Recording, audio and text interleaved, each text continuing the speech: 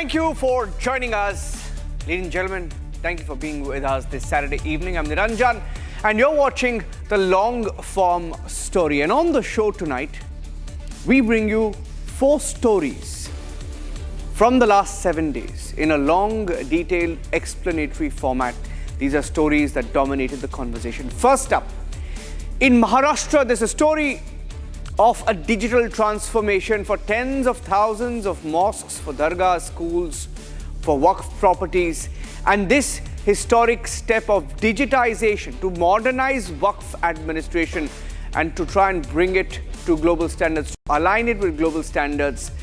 We're getting you a very detailed report on that. Secondly, questions behind what caused the Boeing 787 Dreamliner crash in Ahmedabad moments after takeoff. Families are seeking clarity. Justice, preliminary reports and corporate silence have only deepened the uncertainty, fueling legal battles, public outrage. And next, the pictures that came in from London, massive protest over Palestine action ban which has spiraled out of control on the roads of London, thousands of arrests rocking the city, along with the anti-immigration protests that have rocked the city of London. And finally, a look at India's southern frontier, as we are set to witness a transformative leap with the Great Nicobar Project, which aims to boost trade, connectivity, defense capabilities. There's a lot of debate around that, but we have a detailed report on why India needs the Great Nicobar Game Changer Project.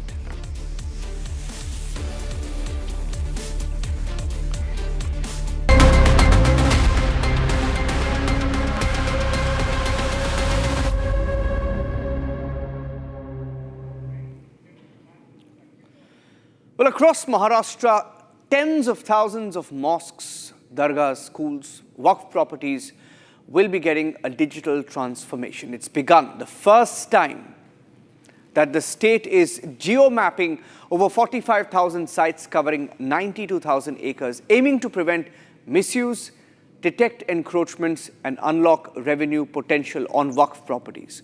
Officials say this historic step will modernize Waqf administration, align it with global standards. And as this initiative rolls out, digital initiative, communities are welcoming the transparency while public debates continue, political debates continue over the intent. Our report takes a closer look at Maharashtra's Digital WAQF Drive.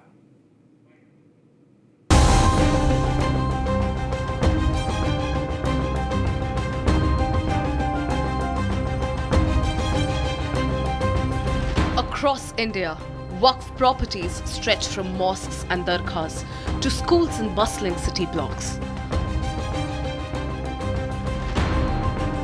Maharashtra is set to become the first state in the country to launch a massive geo-mapping drive of Waqf properties. The project will cover over 42,000 properties spread across 92,000 acres with the aim of bringing transparency, boosting revenue and tackling problem of encroachment. But that initiative has also sparked debate and legal challenges. Maharashtra is taking a historic step for the first time. Over 45,000 Waqf properties across the state are being geo-mapped.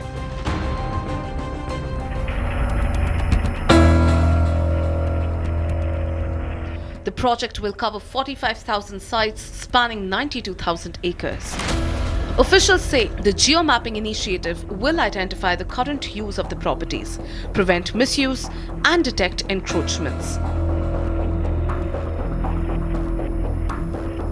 The geo-mapping drive or the GIS mapping of all the Waqf assets in the state is going to be undertaken in the whole state, whereby all the Waqf properties will be geolocated and mapped on the GIS layer, and a comprehensive web-based module will be created so that the asset management and the asset tracking of the Waqf property can be done more efficiently, and it can be like lot of issues surrounding Waqf properties, like what is their current utilization, what is their current status, is there any encroachment. The Waqf board highlights how geomapping will reveal each property's potential and guide development responsibly.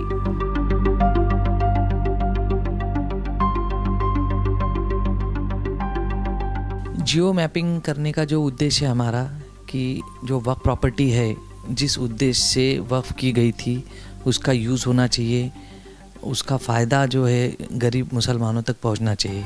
तो ये कैसे होगा कि हमारी geo mapping के अंदर कहाँ कितनी प्रॉपर्टी है। लगभग महाराष्ट्र के अंदर 1 लाख एकड़ प्रॉपर्टी है, लेकिन उसका ख़ास बेनिफिट आज की डेट तक कुछ भी नहीं है।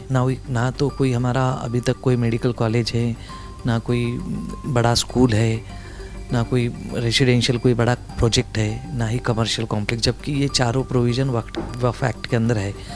इस उद्देश्य को पूरा करने के हेतु ये मैपिंग होगा। मैपिंग के अंदर जो है तो हर प्रॉपर्टी का आइडेंटिफिकेशन होगा, प्रॉपर्टी का स्टेटस होगा, उसमें इंक्रोचमेंट है या खाली है, और उसमें पोटेंशियल क्या है, वो ज़मीन कॉलेज के लायक है, स्कूल बनने लायक है, या फिर कमर्शियल कुछ हो सकता है, या फिर रेसिडेंशियल कॉम्प्लेक्स। तो इससे हमें पता चलेगा कि हमें कहाँ पर कौन सा प्रोजेक्ट करना है, और इससे हमारी प्रॉपर्टी यूटिलाइज होगी तो उससे इनकम बढ़ेगा, और उस इनकम से हम वक्फ के उद्देश्य को पूरा कर सकेंगे। जियो मैपिंग की बात ऐसी हो गई है कि हमारी जो मदरसा है, मस्जिद है, वो 200-300 साल से पुरानी प्रॉपर्टीज़ रिकॉर्ड के हिसाब से पूरे इंडिया देश भर में है। मगर क्या होता है कि रिकॉर्ड्स के लिए पेपर वगैरह जो होते हैं वो कभी ख़राब हो जाते हैं या मिसप्लेस हो जाते हैं, तो हम साबित नहीं कर पाते कि वह प्रॉपर्टी पहले थी। मगर ये जो फैसला लिया गया है, ये ऑनलाइन के अंदर अगर हम एक बार रजिस्ट्रेशन इसको करेंगे तो आने वाले 500 साल 1000 साल तक के हमेशा का रिकॉर्ड रहेगा कि ये वक्फ प्रॉपर्टी है, और इंशाल्लाह वक्फ प्रॉपर्टी को आने वाले टाइम पे कोई हटा नहीं सकता है, कोई बेच नहीं सकता है। कहीं ना कहीं रिकॉर्ड पे आना चाहिए। वक्फ बोर्ड जो है वो हमारा एक इदारा है, सेंट्रल गवर्नमेंट की तरफ से अपॉइंट किया हुआ एक बॉडी है, जो महाराष्ट्र हर स्टेट के अंदर जो है वक्फ बोर्ड की एक कमेटी बनाई जाती है। अगर वक्फ बोर्ड की कमेटी ने एक चीज़ को तय किया है कि जियो मैपिंग होना चाहिए, जैसे जुमा मस्जिद ऑफ बॉम्बे ट्रस्ट, इसकी कितनी प्रॉपर्टीज़ है, अगर हम ये रिकॉर्ड पर लेकर आएंगे तो इसमें हर्ष की कोई बात नहीं है। Globally, Islamic endowments have modernized. Turkey abolished its Waqf ministry a century ago. Saudi Arabia runs Waqf assets as part of national development. Maharashtra's digital leap follows that international template of accountability.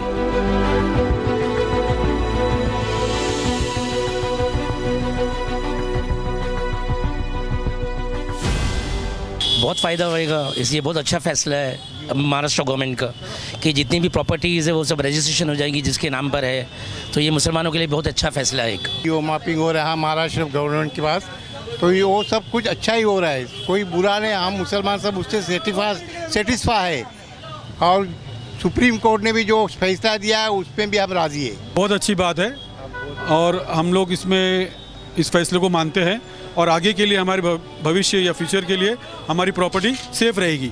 Geo mapping की और Google के अंदर से पूरी नज़र रखी जाएगी, जिसके वजह से ये देख के वक्फ प्रॉपर्टी के अंदर कोई भी इलीगल कंस्ट्रक्शन नहीं किया जाएगा और कभी बेची नहीं जाएगी। अगर इलीगल कंस्ट्रक्शन होएगा या बिल्डर को बेच के 25-30 माले का टावर बनाया जाएगा तो कहीं ना कहीं वो सरकार को दिख जाएगा। तो ये बहुत अच्छा फैसला है हमारी वक्फ प्रॉपर्टी को बचाने के लिए।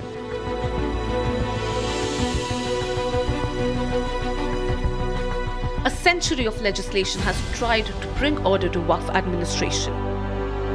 Yet, revenue continues to slide.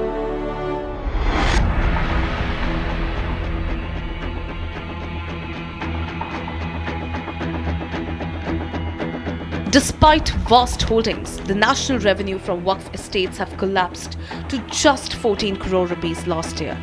Maharashtra hopes digitization will reverse the trend.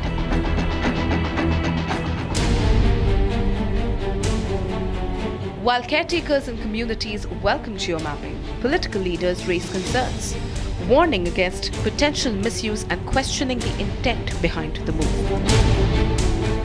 Basic thing is to protect the Waqf property for the purpose, that is for the poor and vulnerable population, for the purpose like education, health, protecting them, employment, related to that ultimately, and upliftment of the community. That should not be disturbed. It should not be commercialized because all the properties are on a prime location. and they have been in the possession of the Waqf board. In case there is any kind of malified mismanagement by the Mutalik, they said, then inquiry should be conducted, but that immediately should not be derecognized.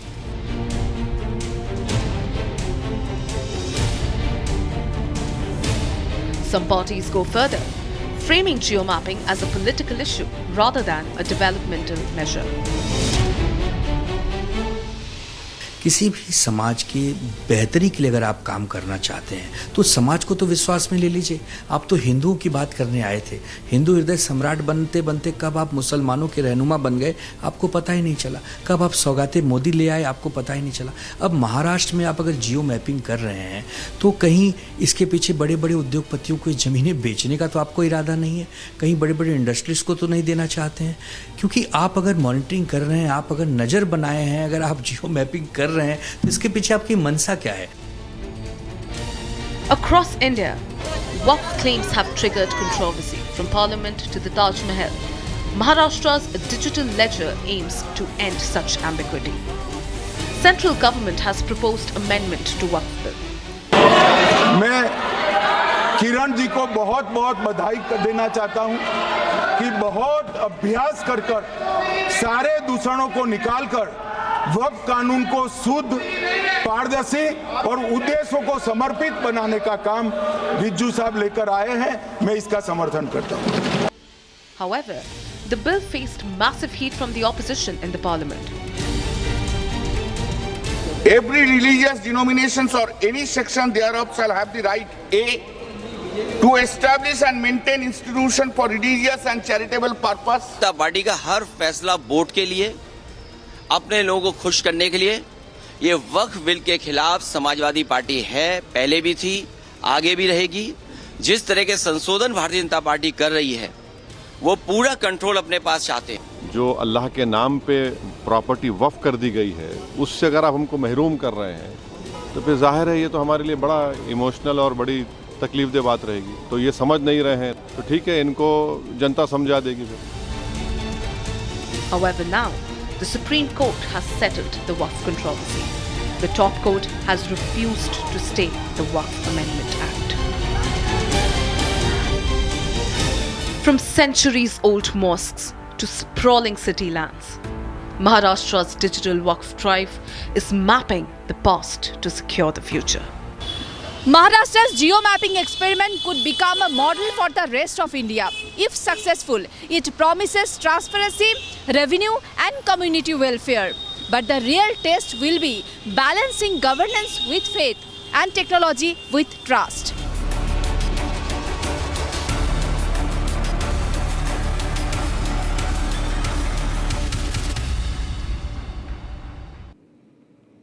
Next up, the Air India 171 tragedy in Ahmedabad, June this year, left 260 people dead in just a matter of seconds.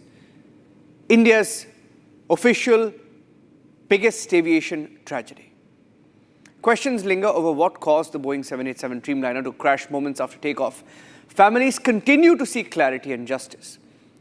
Preliminary reports, corporate silence have only deepened this uncertainty, fueling legal battles, public outrage, and while interim relief memorial initiatives offer some support, the call for a full independent investigation is growing louder. Our report on the long-form story looks at the crash in much deeper detail. The families are now fighting for accountability, and Boeing's mounting global legal challenges continue. The flashpoint this week has been the father of the pilot, a 91-year-old Mr. Sabharwal, writing to the Indian government, saying that his son, the pilot of that plane, cannot be made the scapegoat for this tragedy.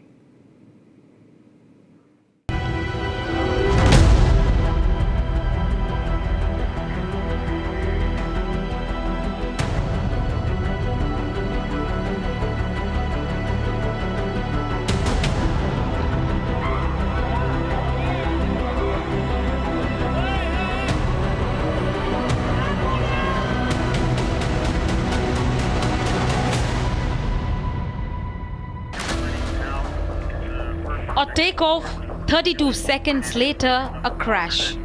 This Boeing 787-8 Dreamliner never left the skies, only fell from them. A tragedy written in seconds, etched into aviation history. What happened between liftoff and the moment the aircraft tore into BJ Medical College? The mystery still hangs heavy in the smoke and the answer remains elusive. The AAIB's preliminary report, it did little to clear the fog. Instead, it sparked what feels like a Rashomon effect, multiple stories, no single truth. Without the proper context, necessary elaboration and disclosure of related information, it has lent itself a great deal of ambiguity. And this lack of information only led to increased speculations. What was meant to bring clarity only deepened the mystery. The design defect potentially is an issue with these couplings. Although we've not completed our review of their design, it could be an application issue or an installation problem. But we know that the documents do speak to manufacturing issues with respect to Boeing's failure to install waterproofing, waterproof sealant, waterproof drip lines and drip pans in areas. We are concerned for the potential of both a design and a manufacturing issue with these aircraft.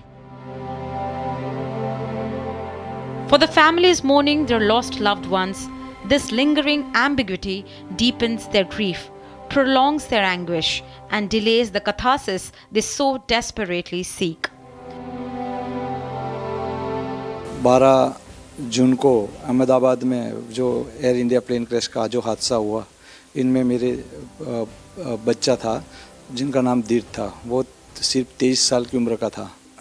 आज तक ये 20 तारीख को इसका 100 दिन हो जाएगा, लेकिन 100 दिन होने के बाद भी जो प्लेन का हादसा हुआ वो किस कारण हुआ उसका सच अभी तक बाहर नहीं आया है।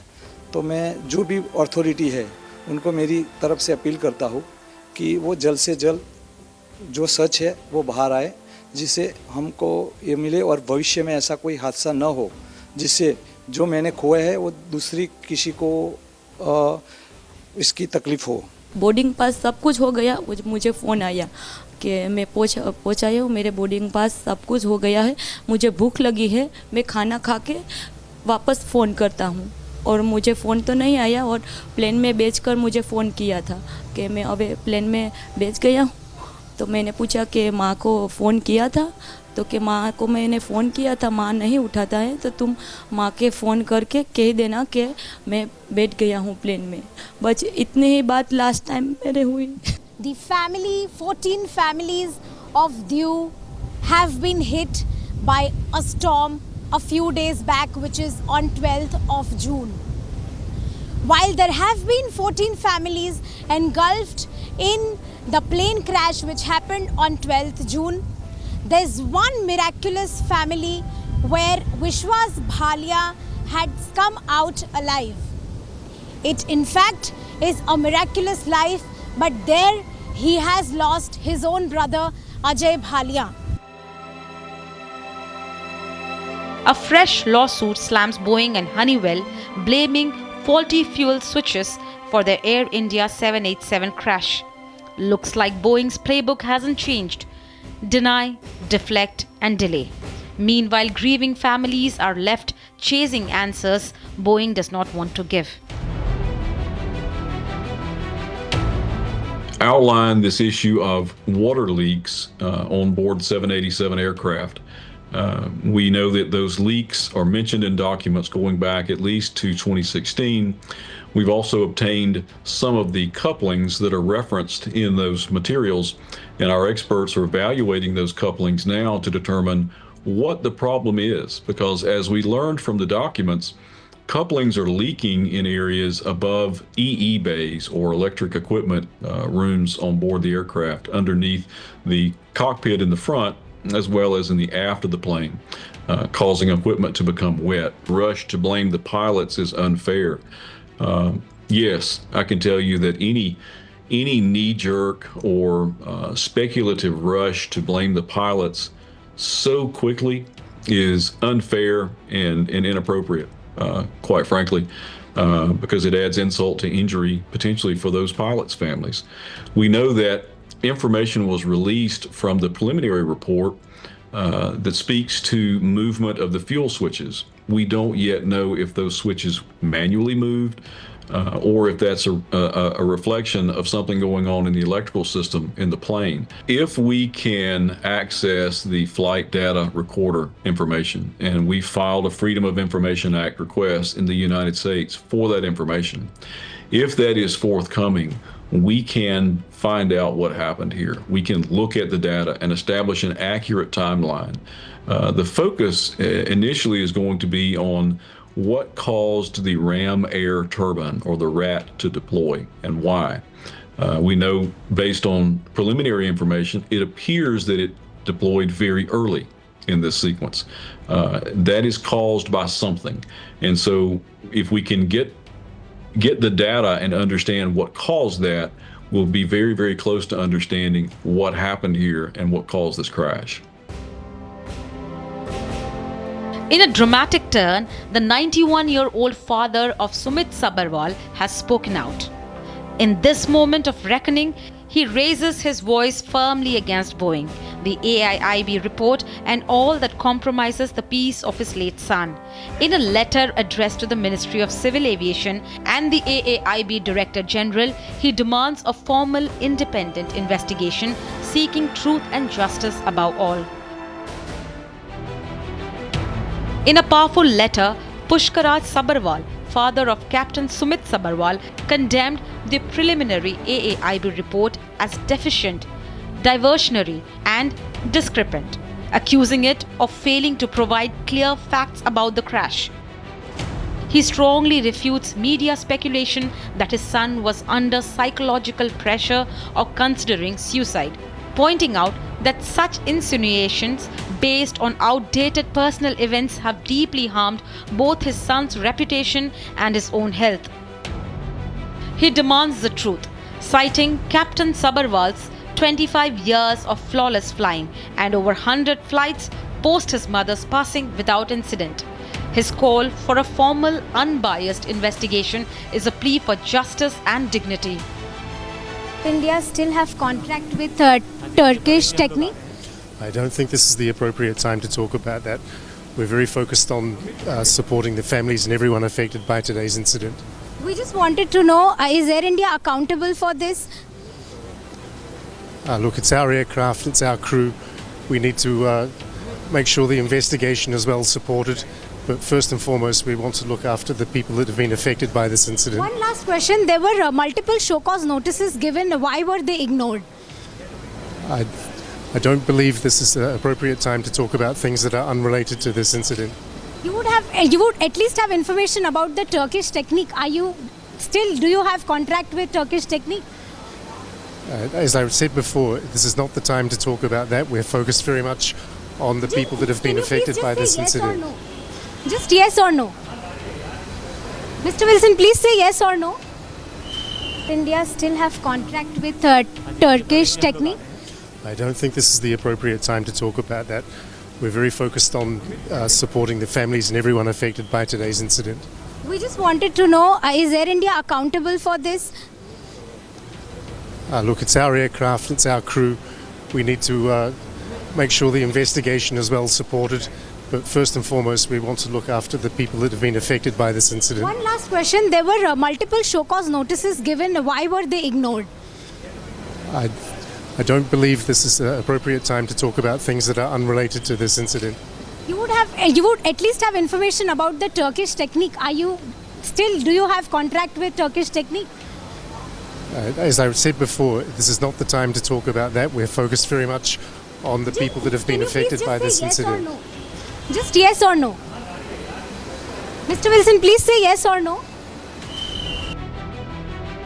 In response to a letter from Damandiu MP Umesh Bhai, Air India has begun disbursing interim relief of Rs 25 lakh to the families of crash victims.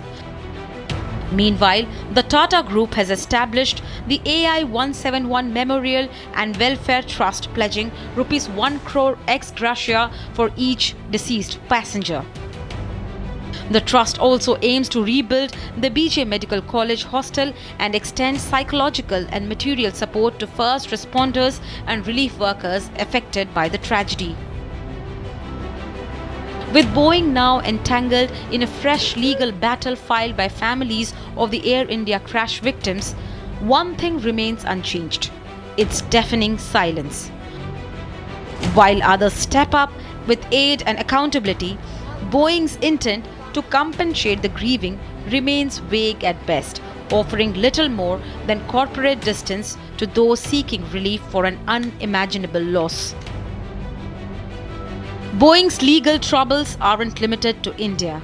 Earlier in June, the aerospace giant agreed to pay $1.1 billion to settle US criminal charges over 2 deadly 737 MAX crashes.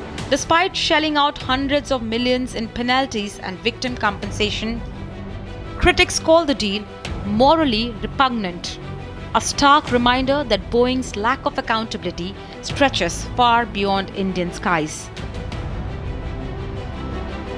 To evaluate claims potentially against Boeing and others in the United States is completely separate and apart from compensation packages which have been offered by Air India and Tata.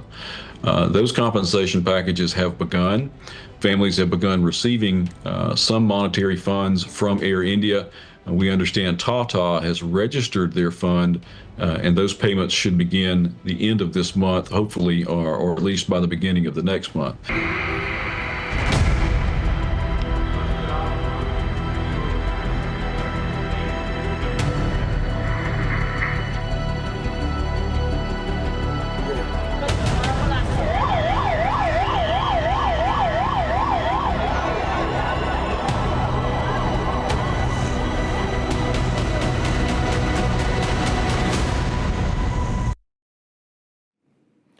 London streets turned chaotic as massive protests were seen in the last 1 week over the Palestine action ban, which on its own spiraled out of control, with nearly 1,000 arrests rocking the city. The Metropolitan Police in London have reported detaining hundreds for allegedly backing the outlawed group, with a few others caught in violent clashes with officers in London. And yet the protest organizers insist the demonstration stayed calm, accusing police of spinning tales and unrest. And add to that the immigration protests that London has seen in the last 1 week. What's going on in London? It's on fire. Here's the full story behind the fiery standoff seen in the United Kingdom.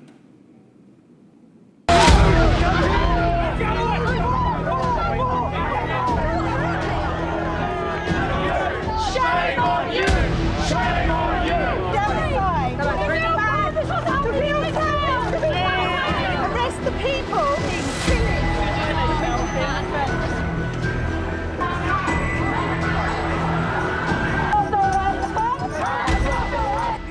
London's streets explode in chaos as protests against the Palestine action ban spiral out of control.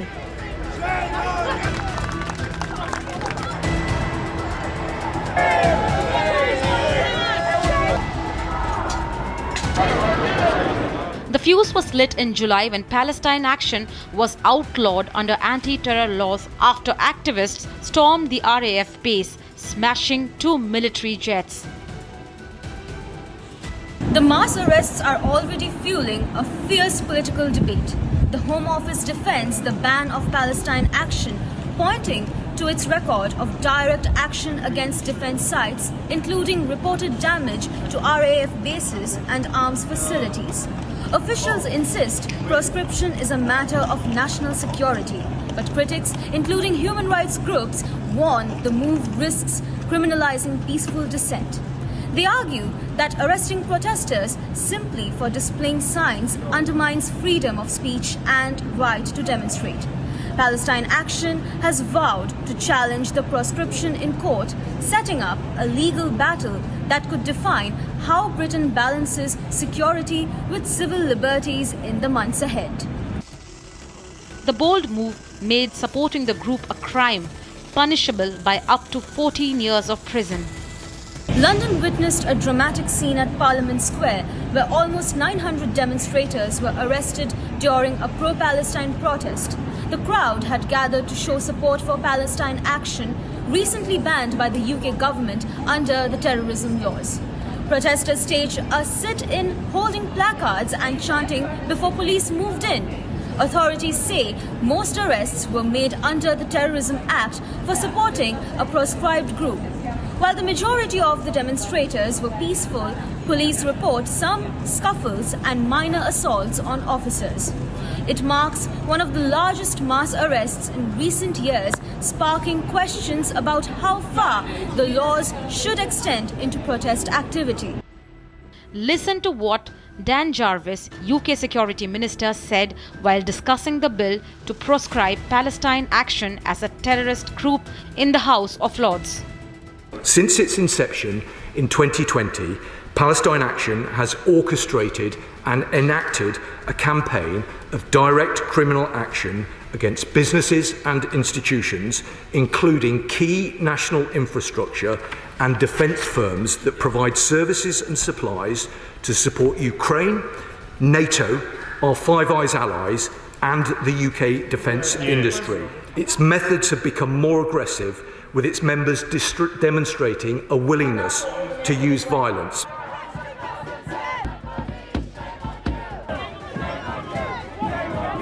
Defiant from day one, Palestine Action supporters have rallied against the ban, taking their fight to the streets.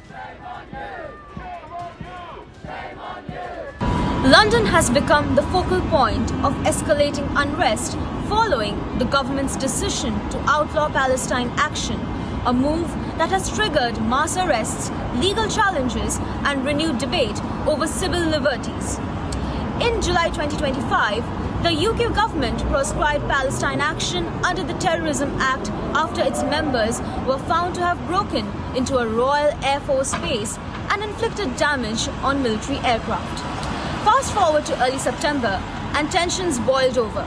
On 6 September 2025, a demonstration at the Parliament Square in London resulted in almost 900 arrests, 857 of which were under the provision of supporting a proscribed organisation.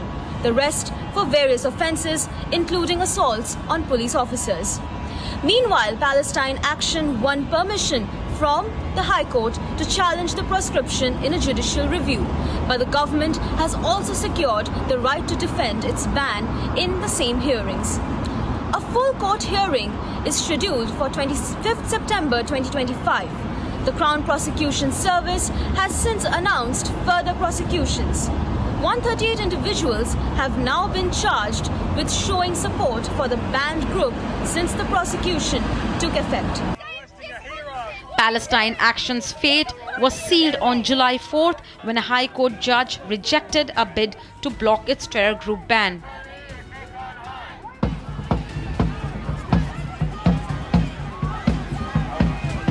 But on July 30th, Palestine Action won a chance to fight back, securing permission to challenge the terror ban.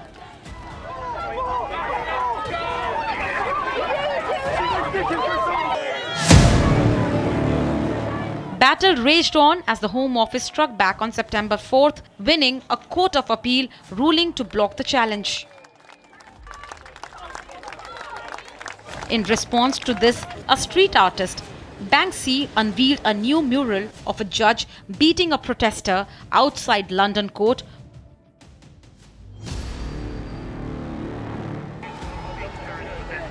The biggest showdown yet erupted on September 6th in London, with over 1,500 protesters defying the ban, flooding the capital.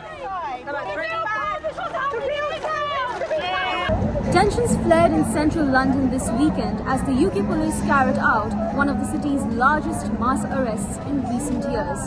Almost 900 demonstrators were detained at Parliament Square during a pro-Palestine protest in support of Palestine Action, a group the government has now proscribed as a terrorist organisation. Footage shows protesters staging a sit-in with placards while officers moved in swiftly under the Terrorism Act.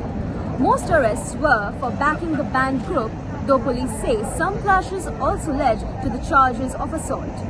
The Home Office insists the ban is vital to protect national security, citing Palestine Action's attacks on defense sites. But critics warn the crackdown risks criminalizing peaceful dissent, sparking a heated debate over free speech in Britain. Palestine Action has vowed to fight its proscription in court, setting the stage for a legal and political showdown in the weeks ahead. As tensions boiled over, police cracked down, arresting nearly 900 people in one of the largest mass arrests in recent UK history.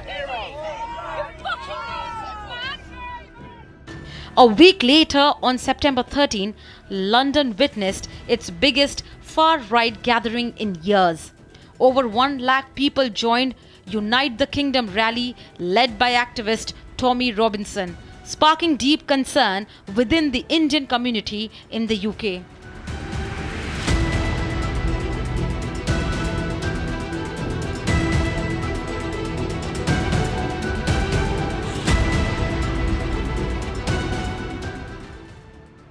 But the so-called anti-immigration protests collapsed under its own contradiction as the anti-immigration protesters were caught enjoying Indian street food.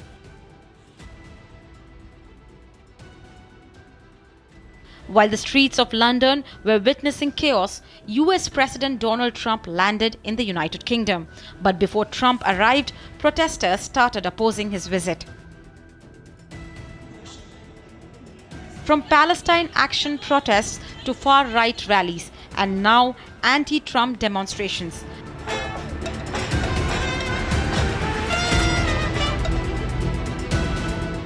London has turned into a flashpoint of unrest. What began with a terror ban has spiraled into a wider storm, raising questions about the United Kingdom's stability as it braces for more turbulence.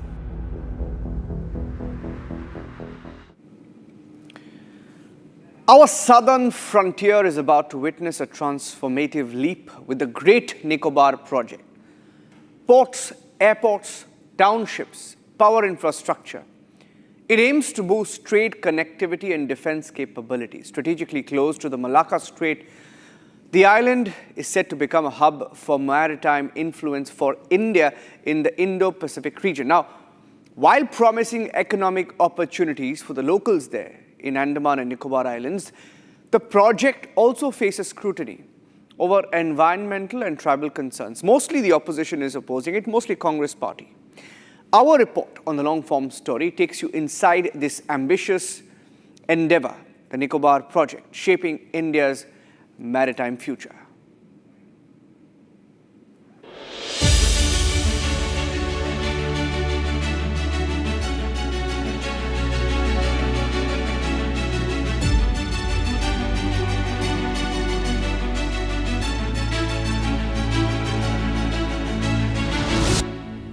Today we are here at the southernmost frontier of India. This is Campbell Bay in Great Nicobar Island. Down south 70 kilometers from here is Indira Point, the southernmost tip of India. Government of India has big plans for this island. At the gateway of the Malacca Strait, Great Nicobar stands guard over one of the world's busiest sea lanes. Here, a mega infrastructure project worth over 80,000 crore rupees is set to change India's maritime landscape forever. Conceived by Niti Aayog in 2021, the project includes a port, dual-use airport, township, and a 450 MVA solar and gas power plant. It is developing a transformational project here. The project has 4 components to it. The first component is an international container transshipment terminal at Galatia Bay near Indira Point. The second component is a 450 MVA gas and solar-based power plant. The third component is an international greenfield airport, and the fourth component is a township in more than 16,000 hectares of land. Andaman Nicobar द्वीप समूह में जो हमारे यशस्वी प्रधानमंत्री Narendra Modi ji GNI project जो लेकर आ रहे हैं, लगभग इनिशियल स्टेज में 72,000 करोड़ का ये प्रोजेक्ट है और कंप्लीट होते होते ये 1 लाख करोड़ तक पहुंचेगा। Great Nicobar is just 90 nautical miles from Indonesia's Sumatra, giving India a direct line to one of the busiest maritime trade routes, the Malacca Strait. For decades, India has let the strategic asset remain underutilized. इस परियोजना को तो actually में Congress party को ही बहुत पहले ला देना चाहिए था, बट जब उनकी नाकामी, जब उन्हें ऐसा महसूस हुआ कि उनकी ये नाकामी है, तब वो इसके विरोध में आवाज़ उठाने लगे, जो कि बिल्कुल गलत है और हम इसका पुरजोर विरोध करते हैं, हम ग्रेट निकोबार द्वीपवासी। GNI प्रोजेक्ट सिर्फ अंडमान निकोबार के लिए नहीं, पूरे देश के लिए एक इम्पोर्टेंट प्रोजेक्ट है, क्योंकि ये जो ग्रेट निकोबार आइलैंड है मलाक्का स्ट्रेट के एकदम टिप पे है और प्रति 2 मिनट में एक कार्गो वेसल वहां से गुजरता है, जो कि मलाक्का स्ट्रेट से होते हुए मलेशिया और सिंगापुर जाता है। पूरे भारत का 85% ट्रांसशिपमेंट कार्गो जो है सिंगापुर, मलेशिया और श्रीलंकन पोर्ट से हैंडल होता है। इससे भारत को एक बहुत ही बड़ा फॉरेन एक्सचेंज का जरूरत पड़ता है इस कार्गो को हैंडल करने के लिए। इस प्रोजेक्ट के आने से भारत के एक्सचेकर से बहुत ही इम्पोर्टेंट और बहुत ही बड़ा फॉरेन एक्सचेंज का बचाव होगा। ये ग्रेट निकोबार प्रोजेक्ट जो है, जो कि आज के डेट में पूरे देश में एक सुर्खियां बनी हुई है, तो ये देश के लिए सामरिक तौर पे, आर्थिक तौर पे और जहां तक रहा बात की युवाओं के रोजगार का, ये एक बहुत बड़ा अवसर मिलेगा। More than 80% of India's transshipment cargo is currently handled by the port in Colombo or Port Kalang in Malaysia or the port in Singapore. India having the strategic asset here as Great Nicobar Island, which is less than 200 kilometers from Malacca Strait, has not been able to develop a transshipment port here yet. Plans have been there since 1970s, but it has not materialized yet. Narendra Modi government has taken a firm resolve to develop an international container transshipment terminal here at Galatia Bay in Great Nicobar Island. The port will not only serve India's needs but also bring in essential foreign exchange. For locals, the project is not just about strategy. It promises connectivity, jobs and modern amenities. हमारे गांव में एक project आ रहा है जिससे हमारे बच्चों को, हमारे घर वालों को, हमारे गांव वालों को बहुत फ़ायदा होएगा। हमारे गांव को कोई जानता नहीं है, हमारे कैमल वे को कोई जानता नहीं है। ग्रेट निकोबार कहाँ है किसी को पता नहीं है। इससे कम से कम ग्रेट निकोबार के बारे में हम लोगों को जानकारी होएगी, पूरे भारतवर्ष को जानकारी होएगी। देखिए, हम चाहते हैं कि वो जो हमारा सर्कल रेट है जो अंडमान निकोबार में जो हमारे कैम्बल वे का है वो बहुत ही कम है। कम होने का कारण ये है कि आज तक वहाँ किसी प्रकार की कोई विकास परियोजना चालू नहीं हुई।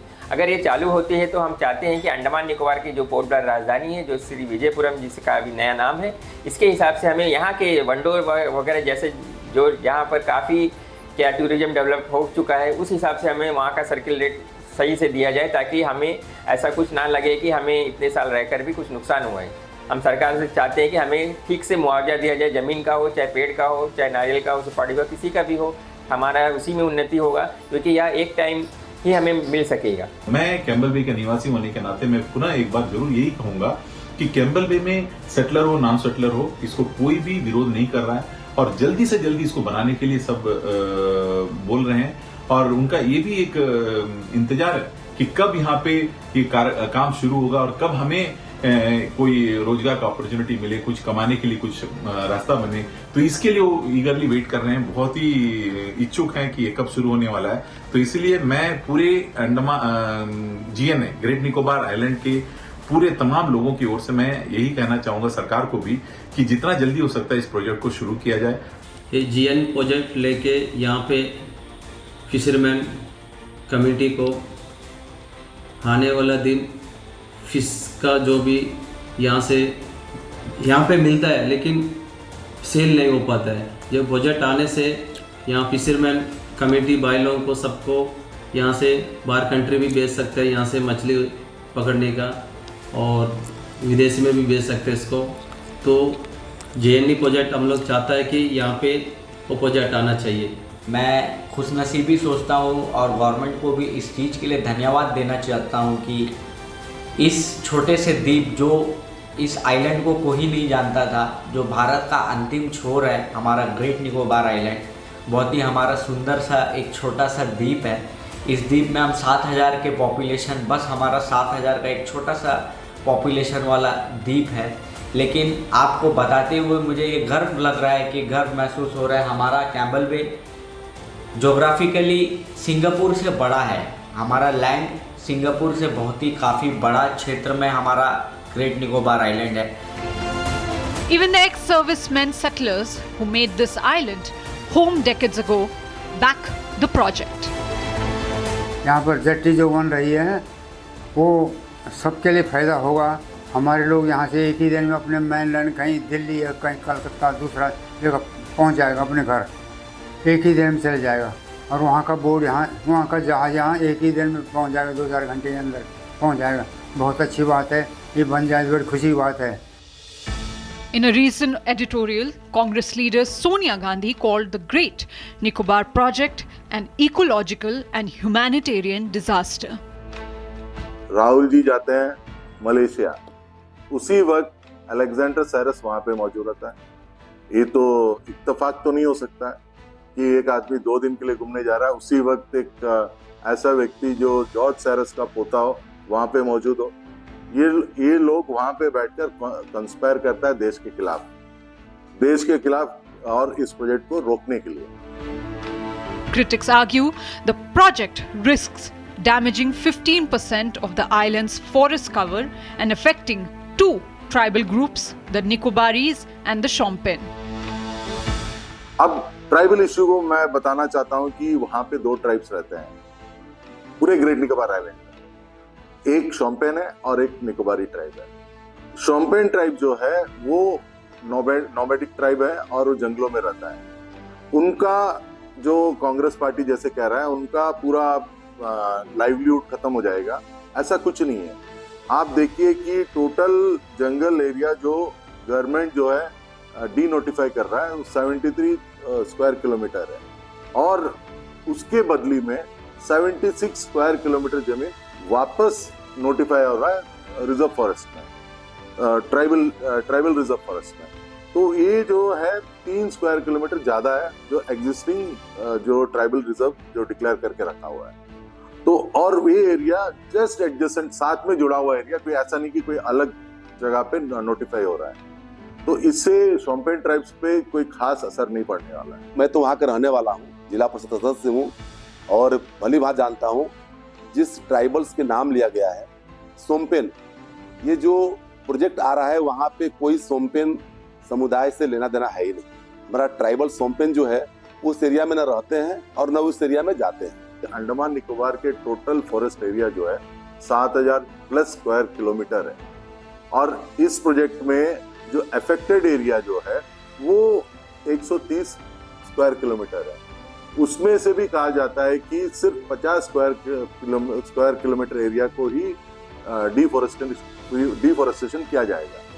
वो जो 50 स्क्वायर किलोमीटर जो है वो सिर्फ 0.69 स्क्वायर परसेंटेज है। 0.69% जंगल कट जाए और पूरा देश का मानसून रुक जाएगा, ऐसा तो कुछ होने वाला है। लगभग 10 लाख लोगों की कॉलोनी बनने जा रही है। आज मुझे बताइए, इतना बड़ा प्रोजेक्ट, ये सोनिया गांधी जी की गलती नहीं है, इसमें सोनिया गांधी जी के थ्रू विदेशी ताकतें खेल रही हैं। This island is as sleepy as it can be at this time. Behind me is the Campbell Bay port area.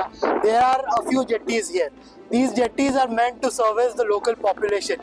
Apart from passenger and cargo ships, these jetties are also used by the defense forces for their needs. Apart from these jetties, despite the strategic location of Great Nicobar Island, this island doesn't have a major port. This island is located very close to the Malacca Strait. Malacca Strait is not even 200 kilometers from the tip of this island, that is Indira Point. Malacca Strait is a major passage which connects Indian Ocean to the Pacific Ocean. More than 30% of the world's trade passes through the Malacca Strait. Malacca Strait is also very important for China because the majority of China's trade also passes through the Malacca Strait. Great Nicobar Project is a geopolitical game changer. India gains leverage over the Malacca Strait, a vital route for global trade and Chinese oil imports. Economically, the port will handle 14 million TEUs of cargo annually. India's reliance on foreign ports raises national security issues. GNI Galathea Bay Port Project aims to counter the vulnerabilities that Indian trade faces today. The Great Nicobar Project stands at the intersection of strategy, development and ecology.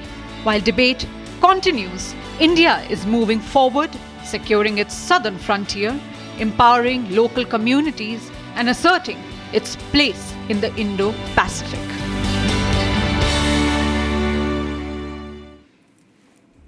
And that's it on this edition of the long form story, ladies and gentlemen. In case you missed any of the 4 long form stories we brought to you on the show, you can catch the repeat tomorrow, Sunday, 12 p.m. Thanks for watching.